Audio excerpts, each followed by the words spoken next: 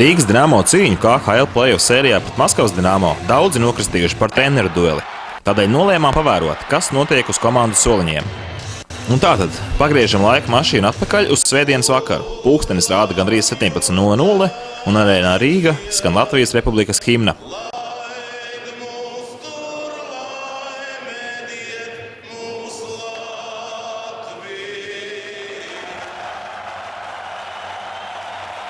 Lai labāk saprastu, kas notiek uz soliņa, vispirms jāievēro daži pamatprincipi. Hokejā aizsargi sēž tuvāk saviem vārtiem, bet pret pretinieku vārtiem izkārtojušies uzbrucēji. Rīgas Dinamo komandā aizsargu darbu uzrauga Viktors Itnaķievs, bet ar uzbrucējiem strādā Jūlijus Šuplers un Artis Ābols. Mūsējais slovāku speciālists aktīvi vada maču, rūpējoties par spēlētāju maiņām un kopējo spēles ritējumu. Uz soliņa savā starpā vairāk sazinās Ābols ar Itnaķievu, pievēršot uzmanību sīkām niansēm. Artis Ābols arī protokolē mūsējo sniegumu. Uz Maskavas Dinamo beņķa darba sadalījums ir savādāks. Oļega Znaraka loma ir pasīvāka, un spēli vada viņa asistenti, no kuriem mums vairāk interesē, protams, Harijs Vitoļņš. Ar palīgiem Znaraks komunicē gan skaļi, gan klusāki. Vajadzīgo vēstījumu tiek mīkšķistot ausī. Mača gaitā Šuplers galvenokārt runā ar Arti Ābolu un pa laikam dod norādījumus spēlētājiem. Oļegs Znaraks ir klusāks, bet, kad runā, tad galvenokārt vēršoties pie tiesnešiem. Uzreiz jāpiemina, ka Rīgas komandā sarunā ar tiesnešiem galvenais aktīvists ir Artis Ābols. Protams, neizpaliek arī padomu spēlētājiem, tomēr tādas epizodes viena perioda laikā nav pārāk daudz.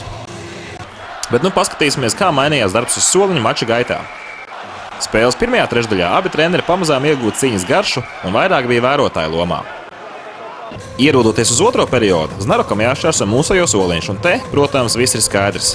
Acu skatieni nekrustojas, un abas puses vienu otru neredz. Tikmēr Jūlijus Šuplers tradicionāli savu vietu ieņem jau brīdī, kad pirmā mājiņa pilnā sparā cīnās laukumā. Mača otrajā trešdaļā Oļegs Znaraks ir sajūtis spēli un ir jūtams kaļāks. Gan sarunās ar saviem asistentiem un spēlētājiem, gan komunicējot ar spēles tiesnešiem. Trešā perioda sākumā vārtus beidzot gūst arī mūsējie, lai gan šajā video to var pateikt tiem pēc fonā esošo fanu reakcijas.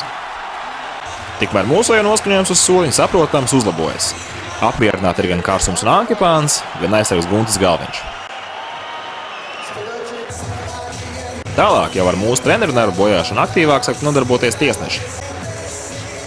Pēc vienas no epizodēm Jūlijusam izdodas aprunāties ar tiesnesi un vismaz vizuāli Slovākas soļi teiktiem piekrīt.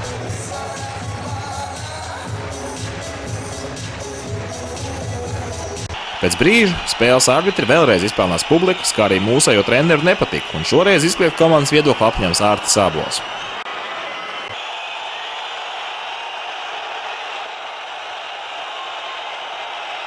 Pēc šīs epizodes soļus piekrīt aprunāties ar mūsu kapteini Sandu Ozoliņu. Bet, kad Ābola mudināts galveno tiesnesis cenšas sasaukt arī Šuplers, tad svītrēnē paliek stāvam kā salsstabi. Debatēs ielaisties viņi negrasās.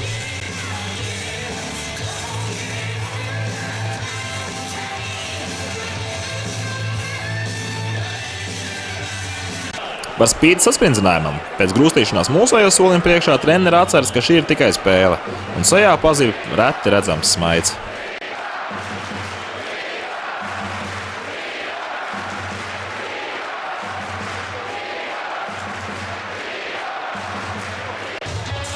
Tikmēr spēlētājiem piezogas nogurums, un Jūlijus uz beņķīša kļūst aktīvāks, kā paslavējot par veiksmīgām epizodēm, tā vienkārši cenšoties uzmundrināt.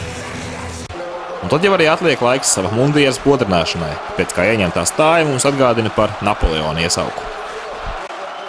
3 minūtes pirms pamatlaika beigām mūsējiem izdodas iespiest sānceņš viņu zonā, un Znaraks, žigli konsultējoties ar kolēģiem, ņem pusminūtes pārtraukumu, lai savējiem dot atāpu. Treneru darbu šajā laikā veic asistenti Vitoļņš un Ābols. Pamatlaika izskaņā mūsējiem ir vēl viena iespēja, bet tā netiek realizēta un laiks pagarinājumam.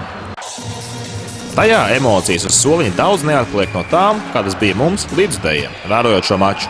Pirmoreiz spēlē apvaldīt vilšanos par neizmantotajām iespējām nespēja arī Oļegs Znaraks.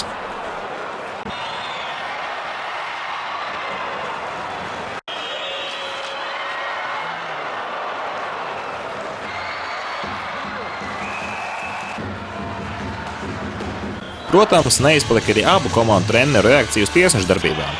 Bet, starp citu, mūsējiem pretenzijas pret Rīgas Dinamo piešķirtajām 2 minūtēm nebija.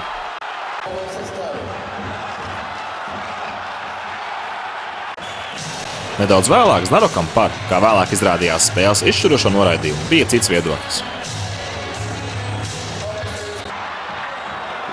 Mūsējo pirmais uzbrukums vairākumā bija nesekmīgs, bet otrais papildus komentārus neprasa.